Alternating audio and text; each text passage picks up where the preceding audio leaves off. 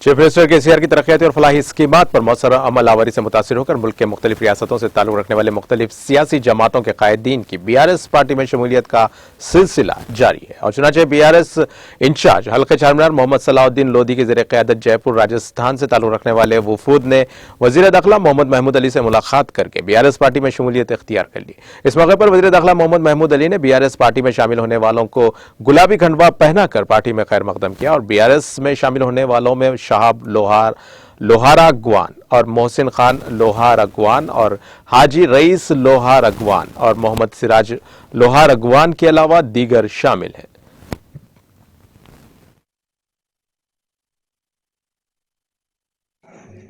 Honourable CM साहब ने तेलंगाना राष्ट्र समिति को बीआरएस पार्टी का डिक्लेयर किया है, जिसकी वजह से सारे हिंदुस्तान में बीआरएस पार्टी एक नेशनल पार्टी बन चुकी है। क्योंकि तेलंगाना राष्ट्र समिति पार्टी के तहत जो तेलंगाना में डेवलपमेंट हुआ है वो सारे हिंदुस्तान के लोग देखकर काफी दंग करते हैं। क्योंकि नई स्टेट में जिस तरह डेवलपमेंट आया है, हमारे सीएम साहब का मकसद है उसी तरह हिंदुस्तान को तरक्की देना। आज हमारे सलाउद्दीन साहब चारमीनार के इंचार्ज है, बीआरएस पार्टी में कई लोगों को ज्वाइन करवाते जा रहे हैं और आज खासतौर से राजस्थान से, जयपुर से हमारे वहाँ के कुछ कायदीन आए हैं यहाँ पर जो लोहे का कारोबार करते हैं और आकर बीआरएस पार्टी में शामिल हुए।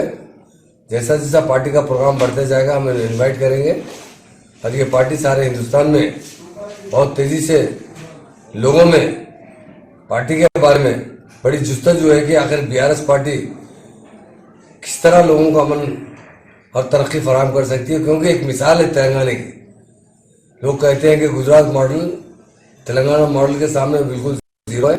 आज हमारा तेलंगाना मॉडल हिंदुस्तान में नंबर 1 की तरह काम कर रहा है।